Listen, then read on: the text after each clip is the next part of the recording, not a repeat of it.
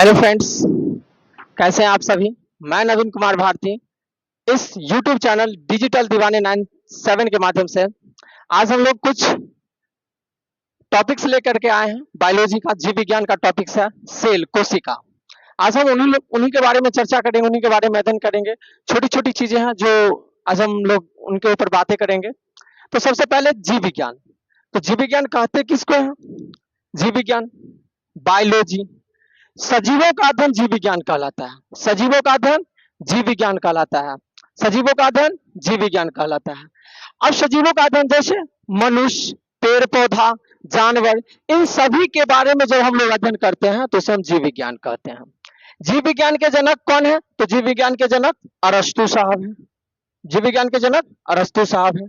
जीव विज्ञान को दो शाखाओं में बांटते हैं। एक जूलॉजी, जिसे हम लोग जंतु विज्ञान के नाम से जानते हैं, और दूसरा बोटनी, जिसे हम वनस्पति विज्ञान के अंतर्गत जानते हैं, वनस्पति विज्ञान कहते हैं। जूलॉजी, जूलॉजी इसके अंतर्गत जंतुओं का अध्ययन होता है। जूलॉजी के अंतर्गत सिर्फ और सिर्फ जंतुओं का अध्ययन होता है। जूलॉजी के जनक फिर से एक बार बता रहे हैं कि अरस्तु है। बोटनी, बोटनी इट मीन्स वनस्पति विज्ञान। वनस्पति विज्ञान का जनक, तो वनस्पति, इसके अंतर्गत पेड़ पौधे का अध्ययन किया जाता है। जितने भी पेड़ पौधे हैं सभी के सभी बोटनी, वनस्पति विज्ञान के अंतर्गत रखा गया, और उन्हीं के बारे में हम लोग जब पढ़ते हैं तो उसे वनस्पति विज्ञान कहते हैं। और ये वनस्पति विज्ञान का जनक थियोफ्रेस्टस, थियोफ्रेस्टस, थियोफ्रेस्टस है। चलिए अब हम लोग देखते हैं आगे।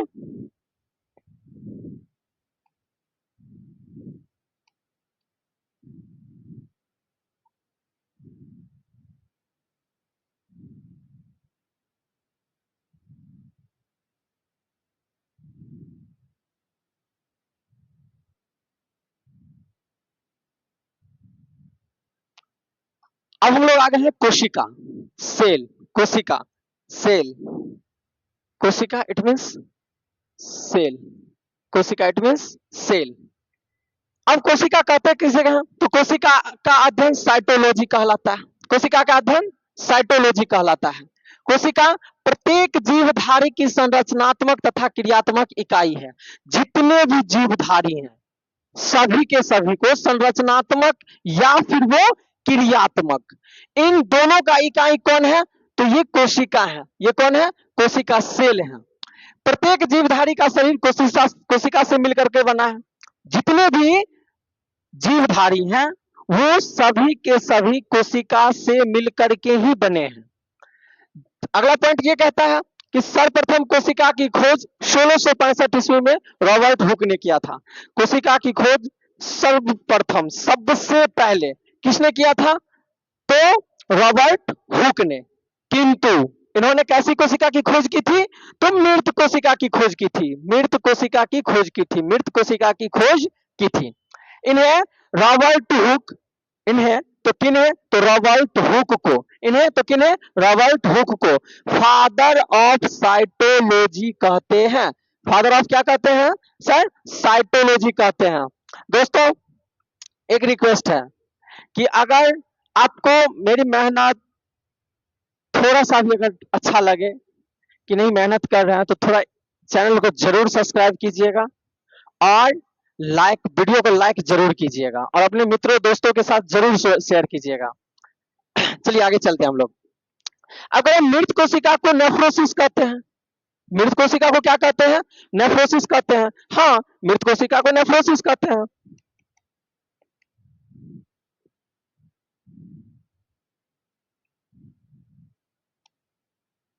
मृत कोशिका को क्या कहते हैं? नेफ्रोसिस कोशिका की खोज 1674 ईस्वी में कौन? तो एंटोनी वॉन ल्यूएनहॉक ने किया था। दोस्तों यही चीज हम कहना चाह रहे हैं कि सबसे पहले देखिए यहाँ बहुत से पॉइंट बनते हैं, बहुत से क्वेश्चन भी क्रिएट होते हैं कि सर्वप्रथम कोशिका की खोज किसने की थी? तो रॉबर्ट हुक ने। कब किया था? तो 1665 ईस्वी में। चलिए ठीक है। प्रत्येक जीवधारी का शरीर किससे मिलकर के बना है? तो कोशिका से मिलकर के बना है। चलिए ठीक है। अगला क्वेश्चन, कोशिका प्रत्येक जीवधारी की डैश इकाई होती है?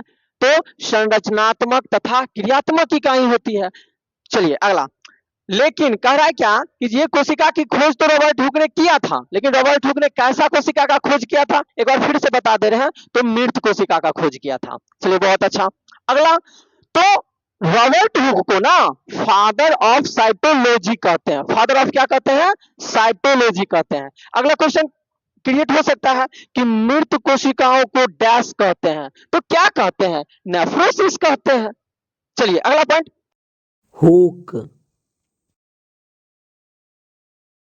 का संबंधित खोजों का वर्णन कैसी पुस्तक में किया, कौन सी पुस्तक में किया था? तो माइक्रोग्राफिया पुस्तक में किया था, ध्यान रखिएगा। अगला क्या कहता है? सर्वप्रथम जीवित कोशिका की खोज 1674 ईस्वी में एंटोनी वॉन लिवेन हॉक ने किया था। तो मृत कोशिका की खोज, मृत कोशिका की खोज रॉबर्ट हुक ने, जीवित कोशिका की खोज एंटोनी वॉन लिवेन हॉक ने।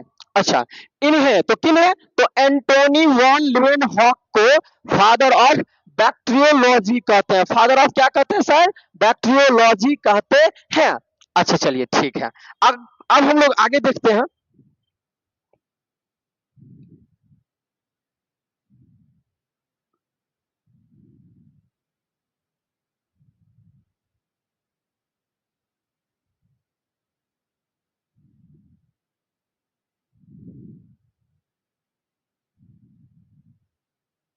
चलिए अब दोस्तों देखिए, कह रहा है कोशिका सिद्धांत किसने दिया?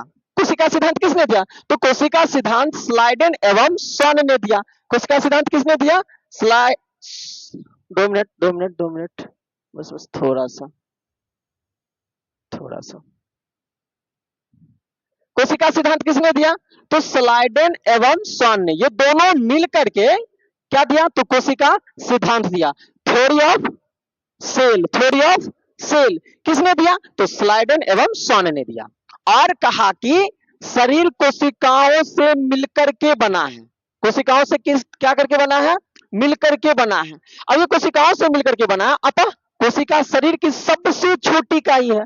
कोशिका, अगर मान लीजिए कि जिन चीजों से कुछ मिल करके बनते हैं तो सबसे छोटी छोटी चीजों से ही मिलकर बना है, और उसी को तो हम बोलते हैं सबसे छोटी इकाई, क्योंकि निर्माण ही उन चीजों से हुआ है।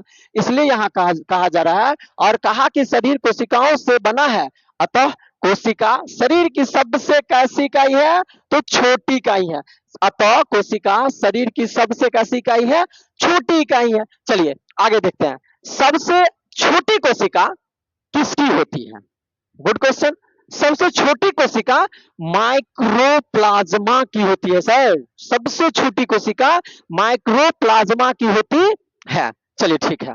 सबसे बड़ी कोशिका, तो सबसे बड़ी कोशिका शुतुरमुर्ग के अंडा की होती है। सबसे बड़ी कोशिका अगर देखा जाए तो शुतुरमुर्ग के अंडा की होती है। और सबसे छोटी कोशिका, फिर से एक बार रिपीट करते हैं, हम दोहराते हैं, सबसे छोटी कोशिका माइक्रोप्लाज्मा की होती है, सबसे बड़ी कोशिका शुतुरमुर्ग के अंडे की होती है। चलिए और देखते हैं, और यह लगभग 15 सेंटीमीटर से 18 सेंटीमीटर लंबा और चौड़ा होता है। इसका मतलब कि शुतुरमुर्ग के जो अंडा होते हैं, और ये लगभग 15 सेंटीमीटर से 18 सेंटीमीटर लंबा और क्या होते हैं? चौड़ा होते हैं। चलिए ठीक, अगला देखते हैं, सबसे लंबी कोशिका। वाह, गुड क्वेश्चन, गजब।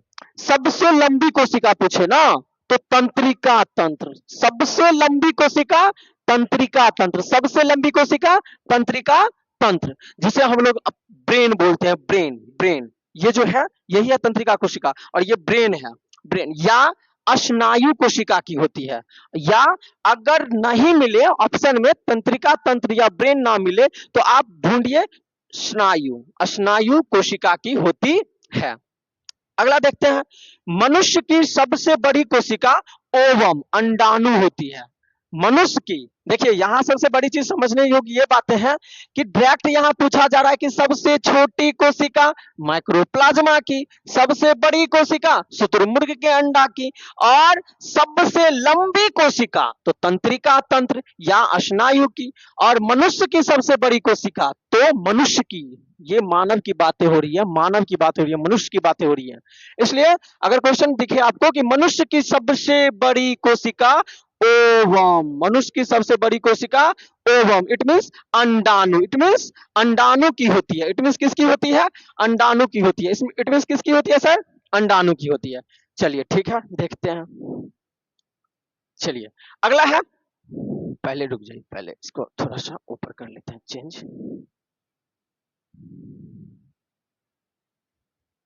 चलिए अब देखते हैं, कह रहा है मानव, मानव में सबसे छोटी कोशिका, मानव में, मनुष्य में सबसे छोटी कोशिका स्पर्म, शुक्राणु की होती है, स्पर्म शुक्राणु की होती है।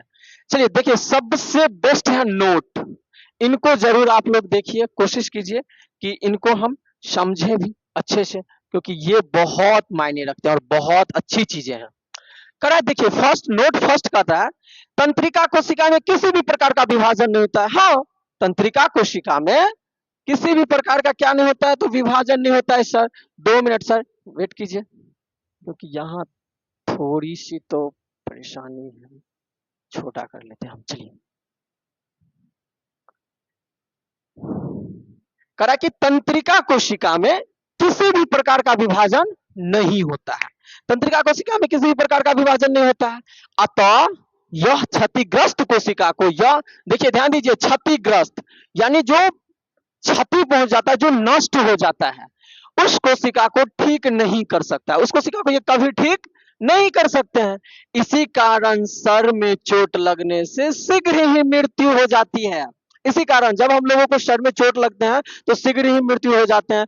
हम कहते हैं ब्रेन हेमरेज कर गया है ना, ब्रेन में जो है ना खून का जो है, ब्लड का जो है थक्का जम गया है। अब थक्का जम गया तो वहां की जो कोशिका जब मर गई है, उन कोशिका यानी कोशिका का जो क्षतिग्रस्त हो गया है, क्षति पहुंचा है, वो उसको वो फिर से क्या करते हैं, ठीक नहीं करते हैं, ठीक कर भी नहीं पाते हैं। इसलिए हम लोगों को जब भी ब्रेन में, मस्तिष्क में चोट लगते हैं तो हम लोग को ज्यादा चांसेस रहता है कि हम लोग को क्या हो जाता है, मृत्यु हो जाता है, क्योंकि वहां कोशिका फिर से वो तुरंत बन नहीं सकते हैं, ठीक नहीं कर सकते हैं। और कहीं भी कट जाते हैं तो देखिएगा कुछ देरों के बाद वो ब्लड आना बंद हो जाता है, क्योंकि जो कोशिका जहां कटा है ना, वो कोशिका का मृत्यु हो गया है, वो क्षतिग्रस्त हो गया है। लेकिन ये बगल के जो कोशिका होते हैं वो दौड़ते हुए जाते हैं, क्योंकि काम ही है उसका, है ना, एक दूसरे को मदद करना। लेकिन यहाँ जो है तंत्रिका कोशिका में किसी भी प्रकार का विभाजन नहीं होता है, अतः यह क्षतिग्रस्त कोशिका को ठीक नहीं कर सकता है। इसी कारण सर में चोट लगने से शीघ्र ही क्या हो जाती है, तो मृत्यु हो जाती है। चलिए नोट नंबर 2 सेकंड करा है, नोट नंबर 2 सेकंड, रुकिए थोड़ा हमको चेंज करने दीजिए। नोट नंबर सेकंड करा है, सबसे तेजी से कोशिका विभाजन किसमें होता है, सबसे तेजी, फास्ट में सबसे तेजी से कोशिका विभाजन लीवर, सबसे तेजी से कोशिका विभाजन लीवर, जिसे हम लोग जिगर बोलते हैं, जिगर, है ना। ऐसे कभी कभी मारते हैं हम लोग, कहते हैं जिगर छो, जिगर हो, जिगर है, ये सभी बातें हैं। और हम लोग मिथिलांचल से बिलोंग करते हैं, है ना, तो कुछ कुछ तो होते हैं कि मिथिला का भाषा या टेटिया जो भाषा बोलते हैं वो तो निकलते ही निकलते हैं। तो सबसे तेजी से कोशिका विभाजन कहाँ, तो लीवर में, जिसे हम जिगर बोलते हैं, या फिर उसे क्या बोलते हैं सर, तो यकृत बोलते हैं, यकृत, लीवर यकृत में होता है, किसमें होता है, यकृत में होता है। ठीक है सर, अच्छा चलिए, यह अपने क्षतिग्रस्त कोशिकाओं को स्वतः ही ठीक कर सकती है, स्वतः, खुद, है ना। जब भी एक, अब यह इसका कोशिका अगर क्षतिग्रस्त समझ रहा है कि ये क्षतिग्रस्त हो रहा है, इसको कोई परवाह नहीं है, कोई टेंशन नहीं है, ये खुद उसको ठीक कर सकते हैं, है ना, खुद ठीक कर सकते हैं, या फिर वो स्वतः ठीक हो जाते हैं, अपने आप ठीक हो जाते हैं, ये कह रहा है। चलिए अब सबसे पहले देखते हैं, अब हम सेकंड, है ना, कोशिका के अंग, कोशिका के अंग, जिसे हम बोलते हैं जीव दर्भ, प्रोटोप्लाज्म, जीव दर्भ, प्रोटोप्लाज्म। सर इसकी खोज किसने किया था, तो सर इसकी खोज पुरकिंजे ने किया था। जीव दर्भ का खोज, जीव दर्भ का खोज किसने, पुरकिंजे महोदय ने, किसने, पुरकिंजे ने किया था। और कहा कि यह एक तरल गाढ़ा पदार्थ होता है। जीवदर्भ कैसा होता है, तो तरल गाढ़ा पदार्थ होता है। जीवदर्भ कैसा होता है, तो तरल गाढ़ा पदार्थ होता है। चलिए सर नेक्स्ट देखते हैं, इधर ले आते हैं चेंज। चलिए तरल गाढ़ा पदार्थ होता है। अब कह रहा है हेक्सल ने, किसने? हेक्सल ने। कौन महोदय? हेक्सल ने जीवन का भौतिक आधार बताया है।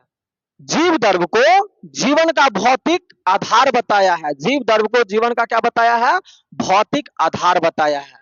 कौन? तो हेक्सल महोदय ने, हेक्सले महोदय ने, सॉरी हेक्सले महोदय ने।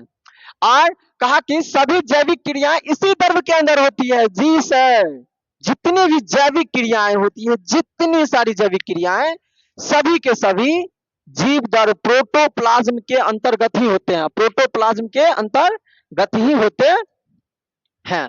तो सभी जैविक क्रियाएं द्रव्य, इसी द्रव्य के अंतर्गत होती है। तो किसके अंतर्गत? तो जीव द्रव्य के अंतर्गत होती है। और सबसे महत्वपूर्ण बात है कि इसका 80% भाग किसका बना होता है? तो जल का। और जल के बिना जीवन है संभव है? तो जी नहीं है। यही चीज ये जल का बना होता है। इसका 80% भाग, जीव द्रव्य का 80% भाग याद रखिएगा किसका बना होता है? जल का बना होता है। चलिए, जीव द्रव्य दो प्रकार के होते हैं। जीव द्रव्य कितने प्रकार के होते हैं सर? दो प्रकार के होते हैं। जीव द्रव्य कितने प्रकार के होते हैं?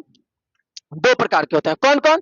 कोशिका द्रव्य और केंद्रिका द्रव्य। ध्यान दीजिएगा और याद रखिएगा कि जीव द्रव्य की बात हो और पूछे कि कितने प्रकार के होते हैं सर, बस याद रखिए दो प्रकार के, एक कोशिका द्रव्य और दूसरा केंद्रिका द्रव्य। क्योंकि कोशिका भी द्रव्य होते हैं और केंद्रिका भी द्रव्य होते हैं। चलिए ठीक है, अब हम जानते हैं कि कोशिका द्रव्य किसे कहते हैं। तो फर्स्टली, क्योंकि हमें पहले जानना है, क्योंकि ये फर्स्ट जानना है, तो कोशिका द्रव्य। तो अब कोशिका द्रव्य का काम क्या होता है?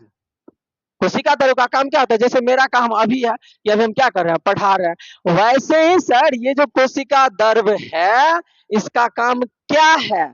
तो इसका काम ये है कि ये कोशिका को सूखने से बचाता है। कोशिका को सूखने से क्या करता है? बचाता है। जैसे पेड़ पौधे देखते हैं कभी कभी सूखने लगते हैं, तो हम लोग उसमें पानी डाल देते हैं, उसमें जान आ जाता है ना।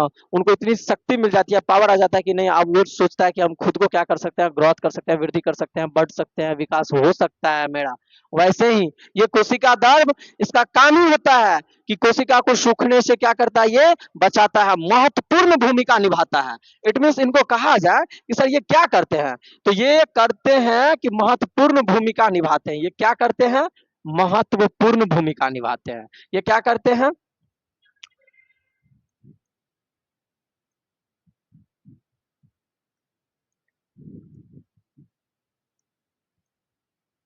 महत्वपूर्ण भूमिका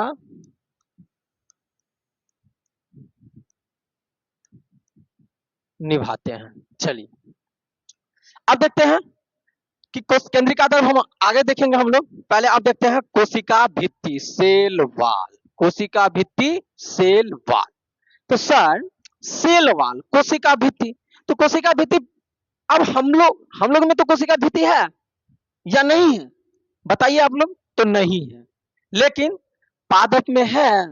तो हाँ, पादप में सर है, तभी तो कह रहा है कि ये सेल्यूलोज का बना होता है। कोशिका भित्ति किसका बना होता है? सीधे याद रखिए, अगर क्वेश्चन है कि कोशिका भित्ति किसका बना होता है, सीधे याद रखिएगा कि ये सेल्यूलोज का बना होता है। किसका बना होता है सर? सेल्यूलोज का बना होता है। किसका बना होता है? सेल्यूलोज का। और केवल पादपों में पाया जाता है। देखिए यहाँ स्पष्ट लिखा गया है कि यह सिर्फ और सिर्फ पादपों में पाया जाता है, ना कि ना कि मनुष्य में। तो इसलिए यह सेल्यूलोज का बना होता है और केवल पादपों में पाया जाता है, जीवधारी में तो ये पाया नहीं जाता है। अच्छा ठीक है, और यह क्या करता है? कोशिका भित्ति का काम क्या है? तो सर कोशिका भित्ति तो सबसे पहले यह पेड़ पौधे को सुरक्षा देता है। जैसे हम अभी जो इस भारत देश में रह रहे हैं, है ना, हमको सुरक्षा कौन दे रहा है? हम किनकी वजह से एकदम आराम से चैन की नींद ले रहे हैं, सो रहे हैं, मस्ती से घूम रहे हैं? किनकी वजह से? हमारे जितने आर्मी जवान है ना, इन सभी की वजह से हम लोग आराम से जी रहे हैं, घूम रहे हैं, है ना। और साथ ही तो ऐसे ही है, ये कोशिका भित्ति जो है, ये सर कोशिका भित्ति बहुत इंपॉर्टेंट है। कोशिका भित्ति ये पेड़ पौधे को क्या करते हैं? तो सुरक्षा देते हैं, ताकत देते हैं, है ना, कि आप आराम से बढ़िए, आपको कोई दुख दर्द नहीं पहुंचेगा। हम है, यही कोशिका भित्ति का काम ही है। चलिए सर अब अगला देखते हैं।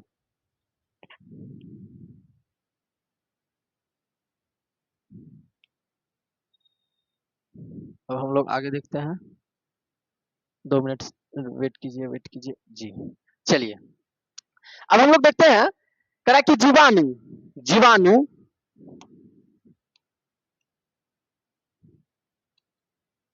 जीवाणु जीवाणु एक पादप होता है। जीवाणु क्या होता है सर?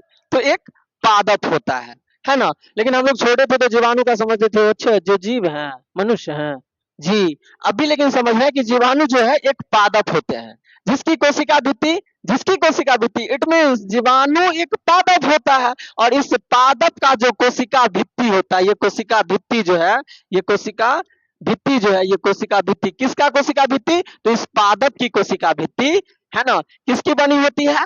पेप्टिडोग्लाइकेन की बनी होती है। किसकी बनी होती है सर? पेप्टिडोग्लाइकेन की बनी होती है। चलिए ठीक है। अब कह रहा है कि कवक की कोशिका भित्ति, याद रखिएगा, जीवाणु एक पादप होते हैं। फर्स्टली याद रखिए, जीवाणु एक पादप होते हैं जिसकी कोशिका भित्ति किसकी बनी होती है? जिसकी कोशिका भित्ति किसकी बनी होती है? तो पेप्टिडोग्लाइकेन की बनी होती है। अगला, कवक की कोशिका भित्ति किसकी बनी होती है? तो काइटिन की बनी होती है। तो यही चीज है, जब जीवाणु एक पादप है और इस पादप की कोशिका भित्ति पेप्टिडोग्लाइकेन की बनी है, वैसे ही कवक की कोशिका भित्ति किसकी बनी है सर? काइटिन की बनी होती है। किसकी बनी होती है? काइटिन की बनी होती है। 2 मिनट आप हम लोग को समय दीजिए, 2 मिनट बस।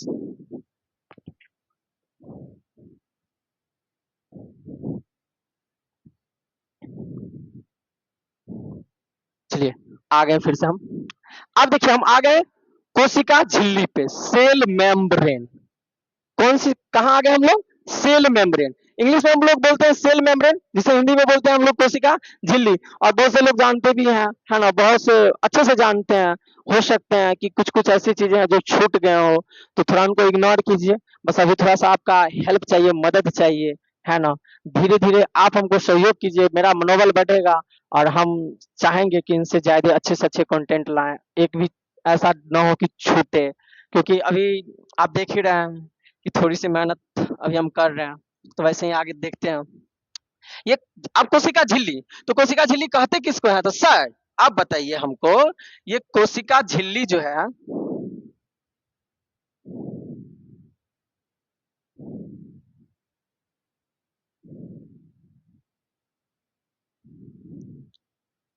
दिख रहा होगा शायद, उम्मीद है आप लोगों को दिख रहा होगा, है ना। कोशिका झिल्ली करा, यह जंतु तथा पादप दोनों में पाया जाता है। सर देखिए, इससे पहले हम लोगों ने पढ़े थे कि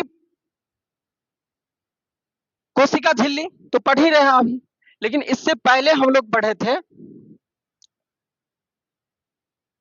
कोशिका भित्ति, सेल वाल। थोड़ा सा इसको यहां ला देते हैं, हाँ ठीक है। सेल वाल, कोशिका भित्ति वहां पढ़े थे। लेकिन कोशिका भित्ति, आपको पता था कि कोशिका भित्ति सिर्फ और सिर्फ पादप में पाए जाते हैं, पादप में पाए जाते हैं।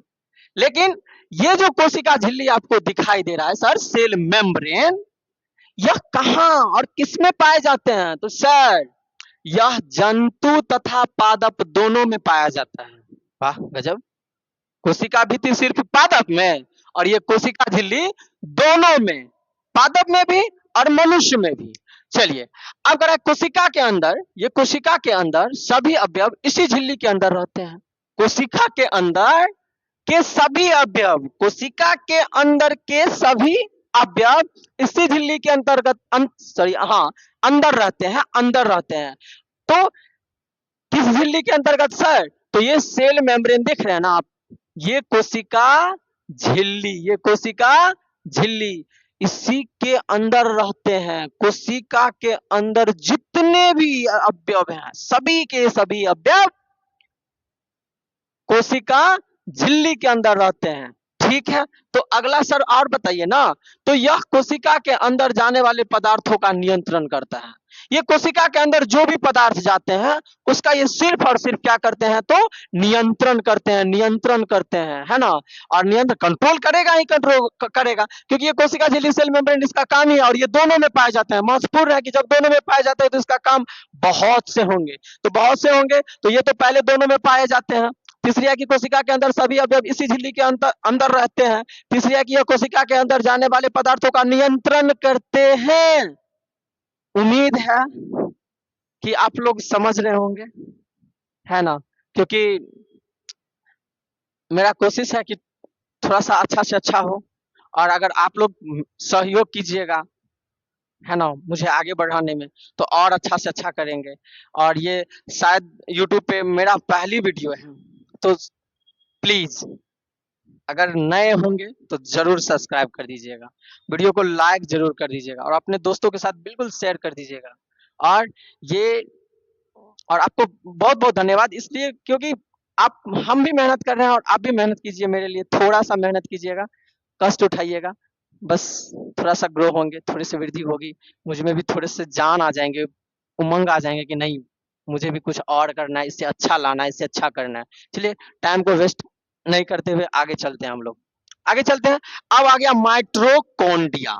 माइट्रोकॉन्ड्रिया, ये थोड़ा सा मिस्टेक हो गया वहां, टाइपिंग माइट्रोकॉन्ड्रिया होता है, माइट्रोकॉन्ड्रिया, माइट्रोकॉन्ड्रिया, जिसे हम हिंदी में बोलते हैं सर सूत्रकणिका। माइट्रोकॉन्ड्रिया को ही क्या बोलते हैं हम लोग? सूत्रकणिका, सूत्रकणिका, सूत्रकणिका। चलिए इसी का काम करा, इसकी खोज किसने किया था? गुड क्वेश्चन, इसकी खोज किसने किया था? अगर आप लोग को पता है बिना देखे हुए, है ना, तो कमेंट में फेंक के मारिएगा। इसकी खोज किसने किया था? तो अल्टमैन ने किया था, अल्टमैन महोदय ने किया था। किसकी खोज? तो ये माइट्रोकॉन्ड्रिया की खोज, जिसे हम हिंदी में बोलते हैं सूत्रकणिका, सूत्रकणिका, सूत्रकणिका। चलिए ठीक है, यहाँ ऑक्सीशोषण होता है सर, यहाँ क्या होता है? तो यहाँ ऑक्सीशोषण होता है, जी सर, यहाँ ऑक्सीशोषण होता है। चलिए अब देखिए, यहाँ ऑक्सीशोषण होता है। अब हम लोग चलते हैं थोड़ा सा, यहाँ इनको थोड़ा इधर काट लेते हैं, क्योंकि देखने में थोड़ी सी प्रॉब्लम हो रही होगी। चलिए ठीक है, उम्मीद है दिख रहा होगा अच्छा से, आवाज सब भी क्लियर होंगे। चलिए कह रहा है यहाँ क्रेब्स चक्र चलता है। कहाँ क्रेब्स चक्र चलता है? तो माइट्रोकॉन्ड्रिया, इट मीन सर सूत्रकणिका में क्या चलता है? तो क्रेब्स चक्र चलता है, जिसके फलस्वरूप एटीपी, एटीपी सर, तो एटीपी का फुल फॉर्म बताइए ना। तो सर एडिनो ट्राइफॉस्फेट होता है। एटीपी का फुल फॉर्म क्या होता है? एडिनो ट्राइफॉस्फेट होता है। तथा फिर से एक बार रिवाइज करते हैं, फिर से एक बार चलते हैं, रिपीट करते हैं, हम लोग दोहराते हैं, क्योंकि दोहराने से कुछ ज्यादा होता नहीं है, हम लोग कुछ ज्यादा से ज्यादा याद होते हैं, समझ में होते हैं, कि एक बार जब सुन लेते हैं, बार बार एक चीज को, मतलब एक ही चीज को बार बार सुनना, बार बार देखना, इट मीन्स यहाँ फिक्स हो जाना, सेव हो जाना, है ना, क्योंकि यहाँ ये छोटी सी मस्तिष्क है ना, ये बहुत बड़े बड़े बड़े मतलब बातों को, बड़े बड़े यादों को संजो करके रखा है, जो आपको बहुत अच्छे से याद भी रहते हैं। तो यहाँ यही कह रहा है कि जब बार बार एक चीज को बार बार दोहराइएगा, बार बार दोहराइएगा, बार बार कीजिएगा, तो आप ऐसी चीज हासिल कर लीजिएगा जो आप में कोई हाथ मिला नहीं सकता है। तो यही हम बार बार इसलिए एक बार बोले, फिर से कोशिश करते हैं।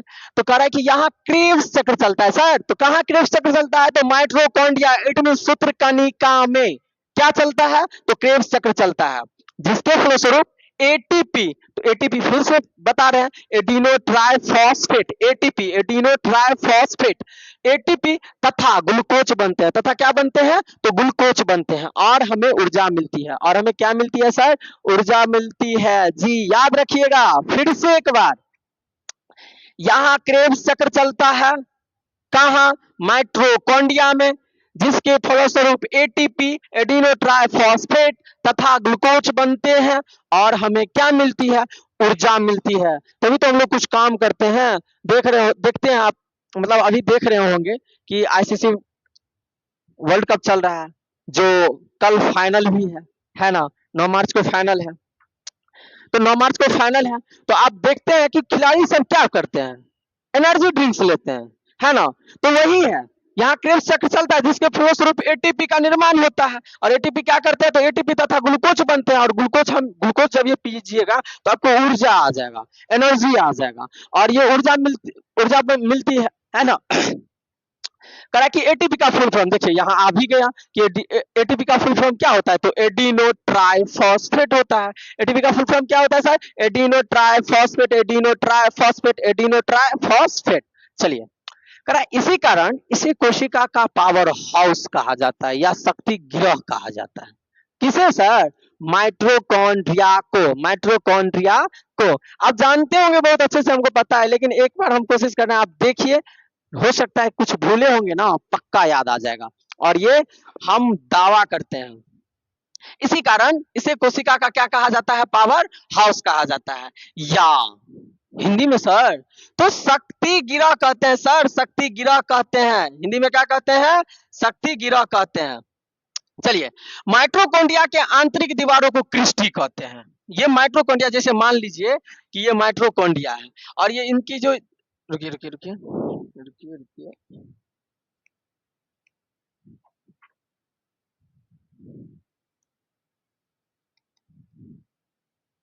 मान लीजिए ये माइटोकॉन्ड्रिया है, मान लीजिए, वैसे भी मानने में कुछ किसी का जाता नहीं होगा। और ये अंदर की जो भाग होते हैं, ये अंदर की जो भाग होते हैं, ये जो अंदर की जो भाग होते हैं, इन्हें हम क्या कहते हैं, तो सर क्रिस्टी कहते हैं। क्रिस्टी, क्रिस्टी कहते हैं। क्या कहते हैं, क्रिस्टी कहते हैं। क्या कहते हैं, क्रिस्टी कहते हैं। चलिए ठीक है, आगे देखते हैं। करा कि अंतःप्रदर्भ जालिका, अंतःप्रदर्भ जालिका, इंडोप्लाज्मिक रेटिकुलम, इंडोप्लाज्मिक रेटिकुलम। तो सर इसे शॉर्ट में क्या बोलते हैं, तो ईआर बोलते हैं। ये जो ईआर आप देख रहे हैं, इसे शॉर्ट में ईआर बोलते हैं। E for endoplasmic, R for reticulum, Hindi में अंतःप्रदर्भ जालिका। चलिए आगे देखते हैं सर कि यह कोशिका को अंदर से आंतरिक सहायता देता है। कोशिका को जो है ना अंदर से, कोशिका को अंदर से, ये जैसे मान लीजिए कोशिका की जो अंदर से, इसको आंतरिक सहायता देता है। अंदर से वही होता है ना, कभी कभी आप सुने होंगे कि है ना, अंदर अंदर एकरा के बात चल रहल छे, अंदर अंदर एकरा के पावर मिलल छे कि कुछ भी कर रहल छे। जी सर, वही बात हो रहा है कि अंदर से जो है ना, ये अंतःप्रदर्भ जालिका, ये एंडोप्लाज्मिक रेटिकुलम जो आप देख रहे हैं, ये क्या करता है, इसे सहायता देता है, हेल्प करता है, फुल्ली हेल्प करता है। अतः इसे कोशिका का आंतरिक कंकाल कहते हैं।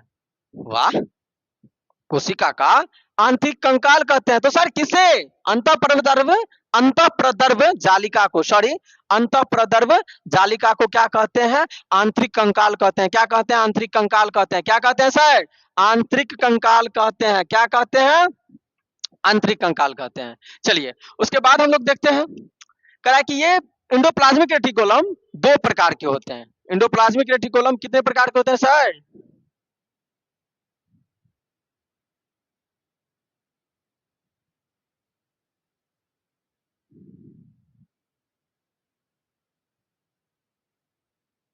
हाँ चलिए, ये देख रहे हैं आप, इंडोप्लाज्मिक रेटिकुलम ये दो प्रकार का होता है।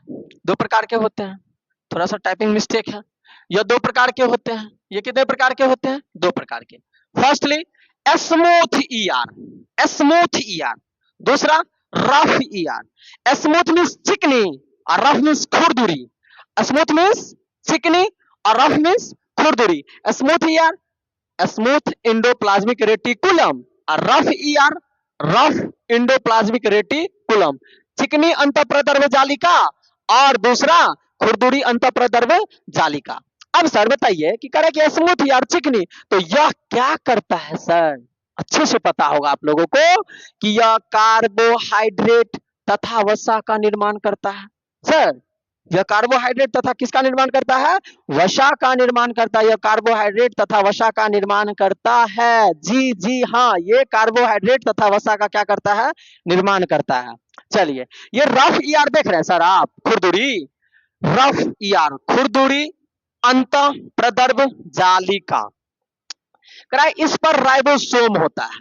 इस पर क्या होता है, राइबोसोम होता है। यह प्रोटीन का निर्माण करता है। इस पर क्या होता है, तो राइबोसोम होता है। और राइबोसोम का काम होता है प्रोटीन का निर्माण करना। जी, प्रोटीन का निर्माण करना, तो यही काम करे, इस पर राइबोसोम होता है और यह प्रोटीन का क्या करता है, निर्माण करता है। तो लीजिए, ये राइबोसोम आपके सामने है ना, उपस्थित है। ये राइबोसोम कह रहा है कि यह कोशिका के अंदर का सबसे छोटा अंग होता है। कोशिका के अगर अंदर देखा जाए तो सबसे छोटा अंग, सबसे छोटा अंग कोशिका के अंदर, कोशिका तो वैसे सबसे छोटी इकाई है ही, वो भी संरचनात्मक और क्रियात्मक दोनों, ये यूनिट ही है, लेकिन उसके अंदर ये राइबोसोम जो है ना सबसे छोटा अंग है सर। तो यह कोशिका के अंदर का सबसे छोटा अंग कौन है? राइबोसोम है। कह रहा है यह प्रोटीन का निर्माण करता है। यह किसका निर्माण करता है जी? प्रोटीन का निर्माण करता है। यह किसका निर्माण करता है? प्रोटीन का निर्माण करता है। चलिए देखते हैं। कह रहा है अतः इसे प्रोटीन की फैक्ट्री कहते हैं। जी हाँ, राइबोसोम कोशिका के जो है ना अंदर का सबसे, अगर देखा जाए तो सबसे छोटा अंग है तो राइबोसोम है। इतना बिल्कुल याद रखिए, कोशिका के अंदर सबसे छोटा अंग तो कौन? राइबोसोम। राइबोसोम का काम क्या है? तो प्रोटीन का निर्माण करना। और प्रोटीन की फैक्ट्री किसे कहते हैं? तो राइबोसोम को कहते हैं। चलिए अब आगे हम लोग देखते हैं। चलिए आगे देखते हैं। अब हम लोग आते हैं राइबोसोम के प्रकार। राइबोसोम के प्रकार, राइबोसोम के प्रकार, राइबोसोम के सर प्रकार, राइबोसोम का प्रकार। जी अब देखिए राइबोसोम कितने प्रकार के होते हैं? तो सर 2 प्रकार के होते हैं। कितने प्रकार के होते हैं? 2 प्रकार के होते हैं। कितने? तो 70S राइबोसोम और 80S राइबोसोम। और आप लोगों ने, हम जानते हैं कि पढ़े होंगे, कुछ ऐसे दोस्त होंगे, ऐसे मित्र होंगे जो पढ़े होंगे, लेकिन हम जब पढ़ते थे तो हमें एस लिखा देता था कि 80S राइबोसोम, 70S राइबोसोम। तो सर एस का मतलब क्या? एस का ये एस जो दिख रहा है तो इसका मतलब क्या? तो सेडिमेशन कॉफिशिएंट, अवसादन गुणांक है। ये एस क्या है? अवसादन गुणांक है। याद रखिएगा कि ये एस क्या है? सेमिटियन से, हाँ, सेडिमेंटिएशन कॉफिशिएंट, सेडिमेंटिएशन कॉफिशिएंट जिसे हम बोलते हैं अवसादन गुणांक। थोड़ा इंग्लिश कमजोर है हम लोगों का सर, इसलिए कहे कि 70S राइबोसोम, 70S राइबोसोम ये हल्का होता है। ये क्या होते हैं? हल्का होते हैं, है ना। हवा मिठाई खाए होंगे ना, वैसे होते हैं, हल्का होते हैं। और तथा प्रोकैरियोटिक कोशिकाओं में पाया जाता है। जी हाँ, ये 70S राइबोसोम जो है ये प्रोकैरियोटिक कोशिकाओं में पाए जाते हैं। याद रखिएगा सर, ये प्रोकैरियोटिक कोशिकाओं में पाए जाते हैं। 80S राइबोसोम तो यह भारी होता है, यह भारी होता है ना। जैसे ये आयरन लोहा सब जो है इसके तरह समझिए कि ये क्या होते हैं? भारी होते हैं। कल्पना कीजिए बस कि हाँ अच्छा, और इतना वजन होते होंगे? नहीं जी, कल्पना कीजिए जितना मेरा शरीर है उसके हिसाब से विभिन्न समझिए कि अंक को समझिए वजन में बांट दिया गया है। हम लोगों को पता नहीं है, इसलिए थोड़ा सा ही चलते हैं। तो यह भारी होता है। तथा यूकैरियोटिक कोशिका में पाया जाता है। तथा किसमें पाए जाते हैं? यूकैरियोटिक कोशिकाओं में पाए जाते हैं। और ये तो बता ही दिए अवसादन गुणांक। चलिए अब हम लोग आते हैं Golgi body. Golgi body, Golgi body. थोड़ा सा इनको ना पेन का साइज हम छोटा कर लेते हैं क्योंकि ये बड़ा दिख रहा है थोड़ा मुझे, जो लग रहा है। गोल्जी बॉडी या गोल्जी अपार्ट्स, गोल्जी बॉडी या गोल्जी अपार्ट्स। सर इसकी खोज किसने की थी? तो गोल्जी बॉडी या गोल्जी अपार्ट्स की खोज कैमिलो गोल्जी ने किया था। और जानते हैं कि जितने वैज्ञानिक होते हैं वो कुछ भी अगर खोज किए हैं तो अपना नाम जरूर देंगे, इसलिए याद रखिएगा गोल्जी बॉडी, इनकी खोज गोल्जी काय, गोल्जी बॉडी गोल्जी काय। याद रखिएगा गोल्जी बॉडी गोल्जी काय। तो इसकी खोज किसने की थी? तो कैमिलो गोल्जी ने किया था। वाह बहुत अच्छा। अगला चलते हैं। और यह पदार्थों का क्या करता है सर? वाह गुड क्वेश्चन। यह पदार्थों का क्या करता है? तो परिवहन करता है। क्या करता है? परिवहन करता है। किसका परिवहन करता है? तो पदार्थों का परिवहन करता है। चलिए अर्थात, अर्थात यातायात में क्या है? सहायक है। यातायात में ये सर क्या है? सहायक है। जी जी जी हाँ, याद रखिएगा। गोल्जी बॉडी यातायात में पूछेंगे या यातायात में सहायक है डैश, कौन? तो गोल्जी बॉडी, गोल्जी काय, गोल्जी अपार्ट्स, है ना। चलिए सर, यह पदार्थों का परिवहन करता है, तो कौन पदार्थों का परिवहन करता है? तो गोल्जी बॉडी या गोल्जी का या गोल्जी पार्ट्स, है ना। इसकी खोज, गोल्जी बॉडी की खोज किसने किया था सर? याद रखिएगा, कैमिलो गोल्जी। अभी हम बताए हैं कि कहीं ना कहीं वो अपने नाम पे ही रखते हैं। जी हाँ। चलिए, अब हम लोग देखते हैं सेंट्रोसोम। खींच के लाइए इधर, ऐसे कीजिए। चलिए, चेंज। चलिए, सेंट्रोसोम, वाह, सेंट्रोसोम। आप लोग, मुझे पूर्ण रूप से विश्वास है कि जो भी मेरे मित्र जो भी इस वीडियो को देखेंगे, जरूर आप पूरा वॉच कीजिएगा, पूरा देखिएगा। और ये सेल चैप्टर से ना लगभग आज है, वैसे क्वेश्चन तो बहुत सारे हैं, बहुत सारे टॉपिक्स हैं। देखते हैं कहां तक हम लोग अभी चल पा रहे हैं। जरूर पूरा वीडियो देखिएगा, एक भी क्वेश्चन आपसे नहीं छूटेगा, ये गारंटी दे रहे हैं। चलिए, करेक्ट कि सेंट्रोसोम, सेंट्रोसोम, सेंट्रोसोम। देखिए सर, सेंट्रोसोम इट मींस तारक काय, तारक काय। यहां होगा तारक काय, तारक काय, तरक काय लिखा गया है, ये टाइपिंग मिस्टेक है, माफी चाहते हैं। तारक काय होगा। करेक्ट कि सेंट्रोसोम की खोज किसने किया था? तो बोबेरी ने किया था। किसने किया था? बोबेरी ने। सेंट्रोसोम की खोज, सेंट्रोसोम की खोज किसने किया था सर? तो बोबेरी ने किया था। सेंट्रोसोम की खोज किसने किया था? बोबेरी ने किया था। चलिए, और अगला कहता है कि यह कोशिका का विभाजन करता है, तो जी हाँ, तारक का सेंट्रोसोम का काम होता है। देखिएगा सेंट्रोसोम का काम कि वो कोशिका का क्या करता है? विभाजन करता है, बांटते रहता है ना। तो सबसे पहले आपने ये सीखा, ये आप लोगों ने जाना होगा कि सेंट्रोसोम की खोज तो भाई ये बोबेरी ने किया था। वाह। दूसरा, यह कोशिका का विभाजन करता है, तो भाई कोशिका का विभाजन कौन करता है? तो सर सेंट्रोसोम, तारक काय, तारक काय, ये तारक काय जो है ना, कोशिका का विभाजन करता है। ये कोशिका का क्या करता है? विभाजन करता है। चलिए, यह मस्तिष्क में नहीं पाया जाता है, यह मस्तिष्क में नहीं पाया जाता है। तो मस्तिष्क में कौन नहीं पाया जाता है? तो तारक काय मस्तिष्क में नहीं पाया जाता है। अगला है कि जिस कारण, तो मस्तिष्क में क्यों नहीं पाया जाता है? इसका कारण होगा ना, क्योंकि कारण नहीं होगा तो फिर हम डायरेक्ट बोल देंगे कि भाई मस्तिष्क में नहीं पाया जाता। तो क्यों नहीं पाया जाता है ये जानना है ना।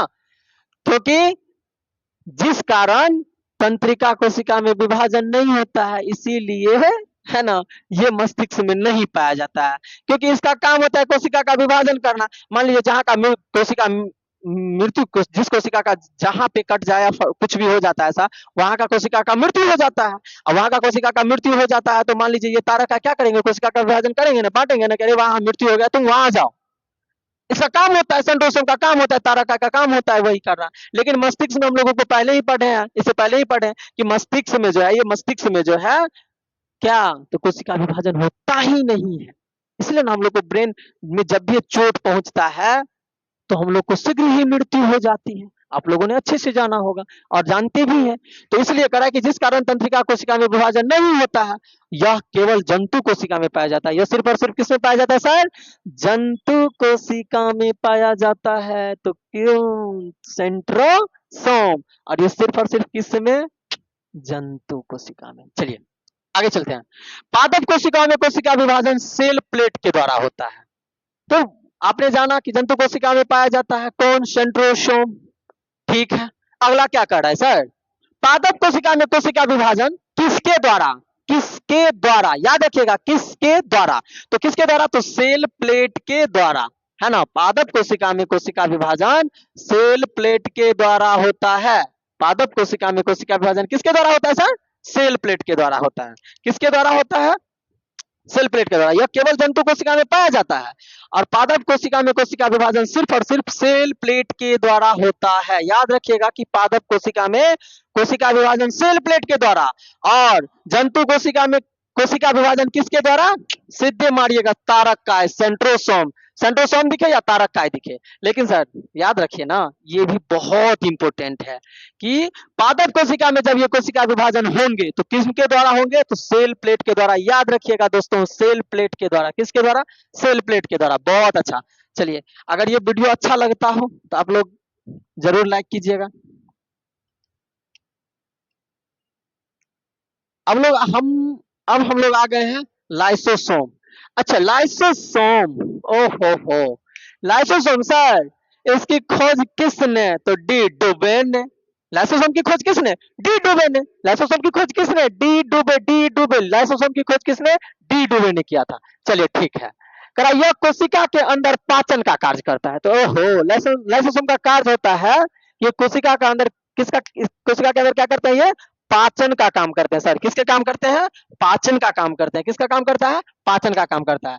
इसके अंदर जल अपघटक एंजाइम पाया जाता है। इसके अंतर्गत क्या पाया जाता है? जल अपघटक एंजाइम पाए जाते हैं। जल घटक एंजाइम पाया जाता है। अगला, तो सबसे पहले हम तो हाईलाइट कर किए ही नहीं, भूल गए हाईलाइट करना, भूले नहीं सर, आपको बताने में बिजी हो गए थे। यह कोशिका के अंदर किसका काम करता है? तो पाचन का कार्य करता है। दूसरा, इसके अंतर्गत जल अपघटक एंजाइम एंजाइम पाया जाता है। कोशिका के अंदर का कोई अंग यदि काम नहीं करता है ना, कोशिका के अंदर कोई भी अंग हो, कोई भी अंग हो, कोई भी अंग हो, कोई भी अंग हो, काम अगर नहीं करे सर, याद रखिएगा, सीधे ये क्या करता है? उसको नष्ट कर देता है। कह रहा है कि चलो, जब तुम काम के लायक ही नहीं हो तो चलो बनो, यहाँ से चलते निकलो। यही काम होता है, लाइसोसोम का काम ही है सर यही करना। ये पाचन का काम करते हैं। जल अपघटन एंजाइम पाया जाता है किसके अंदर? तो लाइसोसोम के अंदर। अगला है, कोशिका के अंदर का कोई अंग यदि काम नहीं करता है तो यह उस अंग को तुरंत ही नष्ट कर देता है। जब चौथा कह रहा है कि जब पूरी कोशिका नहीं करती है तो यह हट जाता है, और जब पूर्ण रूप से सारी की सारी कोशिकाएं जब कार्य नहीं करती है तो ये क्या कर जाते हैं सर? फट जाते हैं, और जिससे पूरी कोशिका नष्ट हो जाती है। पूरी कोशिका क्या हो जाती है सर? नष्ट हो जाती है। कहा कि अतः इसे आत्महत्या की थैली या एटम बम कहते हैं। और बताइए, जो ब्लास्ट करेगा भाई, जब काम ही नहीं करेगा ब्लास्ट करेगा, तो एटम बम कहेंगे कि नहीं कहेंगे? क्योंकि देखते हैं वो ब्लास्ट करते हैं तो साला कितने को लेके चल पनते हैं। वही काम है सर ये। जब ये पूरी कोशिका को नष्ट हो जाता है तो अतः इसे आत्महत्या की क्या करते हैं? थैली कहते हैं, क्योंकि ये आत्महत्या कर लेता है, खुद को ब्लास्ट कर देता है, खुद को फट फट जाता है, खुद को ही फटता है, क्योंकि वो कुछ उसको कोई छेड़खानी कोई नहीं कर सकता है, ना तो उसे कोई इधर से इधर कर सकता है। इसलिए जब ये पूरी कोशिका कार्य करना बंद कर देती है तो ये पूर्ण रूप से इसको क्या कर देता है? नष्ट कर देता है। जब नष्ट करेगा तो इसे हम आत्महत्या की क्या कहेंगे? थैली, या फिर ये एटम बम कहेंगे। चलिए आगे चलते हैं हम लोग। कहे कि आरबीसी के अंदर, रेड ब्लड सेल्स के अंदर सॉरी, रेड ब्लड सेल्स के अंदर लाइसोसोम नहीं पाया जाता है। आरबीसी के अंदर सीधे याद रखिएगा कि आरबीसी के अंतर्गत क्या अंदर पाया जाता है लाइसोसोम? तो जी सर नहीं, याद रखिएगा, आरबीसी के अंदर लाइसोसोम नहीं पाया जाता है। अगला क्वेश्चन, अतः आरबीसी मरने के बाद स्प्लीन, आरबीसी जब मरता है तो ये कहां चले जाते हैं? स्प्लीन, प्लीहा में चले जाते हैं। कहां चले जाते हैं? प्लीहा में, याद रखिएगा, स्प्लीन प्लीहा, जिसे हम पिल्ली बोलते हैं, पिल्ली में चला जाता है, जिस कारण स्प्लीन को आरबीसी का कब्र या कब्रिस्तान कहा जाता है। स्प्लीन को, जिस कारण करे कि अतः यानी कि ये आरबीसी के अंतर्गत अंतर लाइसोसोम पाया नहीं जाता है, इसी कारण आरबीसी मरने के बाद कहां चले जाते हैं? तो प्लीहा